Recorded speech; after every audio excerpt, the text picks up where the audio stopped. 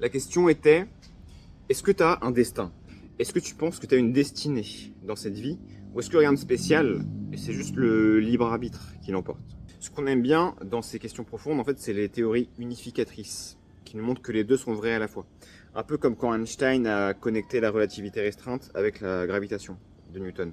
On aime bien quand ça connecte tout, tu vois, un modèle qui englobe toutes les théories précédentes. Donc là, par exemple, il se trouve que les deux sont vrais.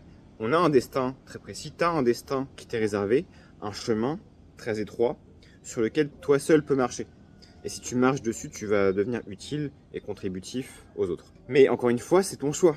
Tu as le privilège, si tu veux, de ne pas le suivre. Si tu veux aller dans la forêt, te perdre, faire n'importe quoi, faire la fête, tu peux le faire. Il n'y a personne dans le ciel qui te regarde en mode « Ah mais qu'est-ce qu'il fait lui ?» Il se trouve juste que tu vas être plus heureux sur le chemin qui t'est destiné. Tu vas être plus épanoui en étant utile et en faisant des choses qui ont du sens pour toi et pour les autres. Mais si tu veux pas le suivre, c'est ok.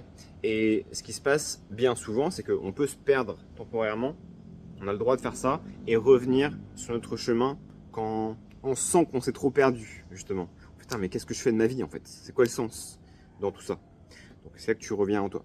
Donc la question maintenant, c'est comment est-ce que tu fais pour trouver peut-être ton chemin de vie? Pareil, il y a une seule source d'information, ce n'est pas le JT de 20 heures. La seule source d'information disponible, c'est toi-même. C'est la voix que tu as en toi, tu l'appelles comme tu veux.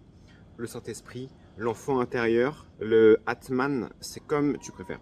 Mais sache qu'il existe une voix en toi qui te parle à chaque instant et qui te guide vers ce chemin lumineux qui t'est réservé. Comment on fait pour l'écouter? Bon, bah, tu prends un cahier, un stylo, tu te poses les bonnes questions, tu prends vraiment le temps de le faire, ou tu médites, ou l'hypnose, ce que tu veux, tu vois. Tu prends un des nombreux outils disponibles dans le panel et tu commences enfin à t'écouter toi-même.